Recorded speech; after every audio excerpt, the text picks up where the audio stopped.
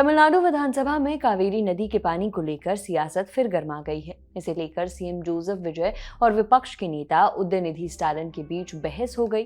विधानसभा में उदयनिधि स्टालिन ने पूछा कि सरकार को विधानसभा में ये साफ करना चाहिए कि कर्नाटक को मेकेदातु डैम पर आगे बढ़ने से रोकने के लिए क्या कदम उठाए गए। स्टालिन के आरोपों का पलटवार करते हुए सीएम विजय ने कहा कि इस विवाद को सुलझाने का उनका तरीका नहीं बदला है। वो मानते हैं कि इस मसले का हल कानूनी रास्ते और बातचीत से ही निकलेगा, न कि बयानबाजी और टकराव से। सीएम विजय ने बिना किसी का नाम लिए विपक्ष पर भी निशाना साधा। कहा, मैं ओछी राजनीति नहीं करता। माना जा रहा है कि उनका इशारा उदयनिधि स्टालिन की तरफ ही था। दरअसल कुछ दिन पहले तंजावुर में कावेरी मुद्दे पर एक सभा के दौरान उदयनिधि भाषण दे रहे थे। इसी बीच भीड़ एक्ट्रेस त्रिशा का नाम लेकर नारे लगाने लगी। इस पर उदयनिधि ने ऐसा बयान दिया जिसे कई लोगों ने अश्लील और दोहरे मतलब वाला बताया। इसके बाद मामले ने तूल पकड़ लिया। टीवी के और बीजेपी के नेताओं ने उदयनिधि के बयान की जमकर आलोचना की। शिकायत दर्ज होने के बाद पुलिस ने उन्हें हिरासत में लेकर पूछताछ भी की थी। हालांकि बाद में हाई कोर्ट के आदेश के बाद उन्हें रिहा कर दिया गया था। इसके बाद 7 अगस्त को फिर दोनों नेताओं के बीच कावेरी मुद्दे को लेकर बहस हो गई। इस पर सीएम विजय ने कहा कि उन्होंने तो कर्नाटक जाकर सीधे बातचीत करने तक का मन बना लिया था। उनका कहना है कि अगर कट्टर दुश्मन देश भी अपने विवाद बातचीत से सुलझा सकते हैं तो पड़ोसी राज्यों को भी ऐसा करना चाहिए। विजय ने कहा कि अगर तमिलनाडु के लोगों और किसानों के हित में उन्हें अपमान भी सहना पड़े तो वो उसके लिए तैयार है।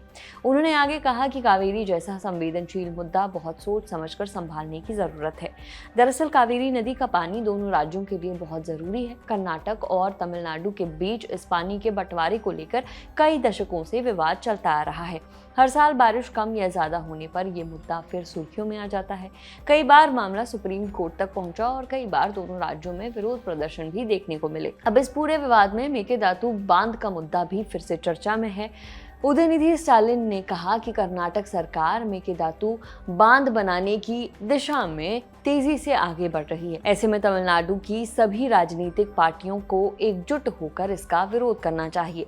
उदयनिधि ने सवाल उठाया कि तमिलनाडु सरकार आखिर सर्वदलीय बैठक बुलाने से क्यों बच रही है। उनका कहना है कि सभी दल चाहते हैं कि इस मुद्दे पर एक साथ बैठकर रणनीति बनाई जाए।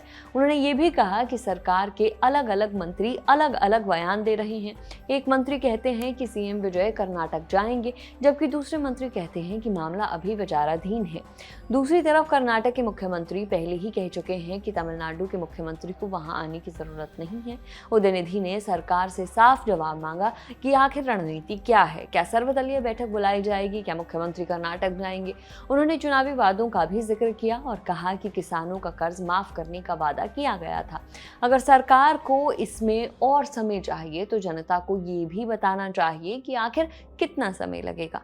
कुल मिलाकर कावेरी का पानी एक बार फिर राजनीति के केंद्र में है। एक तरफ मुख्यमंत्री विजय बातचीत और कानूनी रास्ते की बात कर रहे हैं तो दूसरी तरफ विपक्ष सरकार पर ढुलमुल रवैया अपनाने का आरोप लगा रहा है। ऐसे में आने वाले दिनों में ये देखना दिलचस्प होगा कि दोनों राज्यों के बीच बातचीत आगे बढ़ती है या फिर ये विवाद एक बार फिर अदालत और सियासत के रास्ते पर ही चलता रहेगा।